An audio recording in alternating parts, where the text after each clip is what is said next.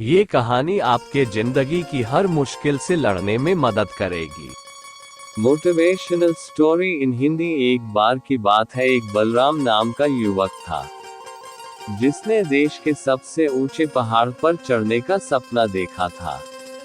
वो अपने बुजुर्गों से पहाड़ के बारे में कहानियां सुना करता था, जो कहते थे कि पहाड़ों पर चढ़ाई करना बहुत ही खतरनाक और कठिन काम है। लेकिन बलराम ने पहाड़ की शीर्ष पर पहुंचने की ठान ली थी। उसने एक सुबह जल्दी अपनी यात्रा शुरू की और वह कई दिनों तक चलता रहा। रास्ता कठिन और जोखिम भरा था और बलराम को अक्सर चट्टानों और पत्थरों पर चढ़ना पड़ता था। लेकिन उसने कभी हार नहीं मानी। एक दिन बलराम पहाड़ की सबसे ऊंची चोटी पर पहुंच गया। वह थका हुआ और कमजोर महसूस कर रहा था, लेकिन वह खुशी से भी भरा हुआ था।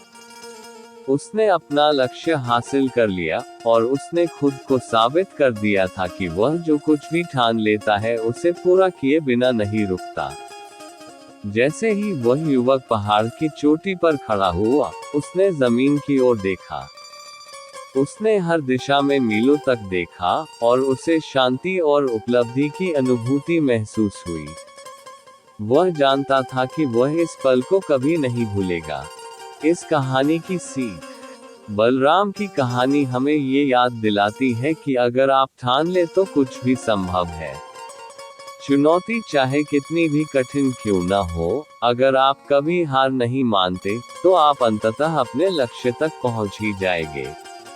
अपने सपनों को कभी मत छोड़ो, चाहे वे कितने भी कठिन क्यों न लगे। कड़ी मेहनत और दृढ़ संकल्प से कुछ भी संभव है।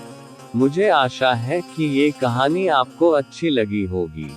आपके कोई सवाल हो तो कमेंट करके जरूर बताएं। इस पोस्ट को पढ़ने के लिए और आपका कीमती समय देने के लिए दिल से आपका धन्यवाद।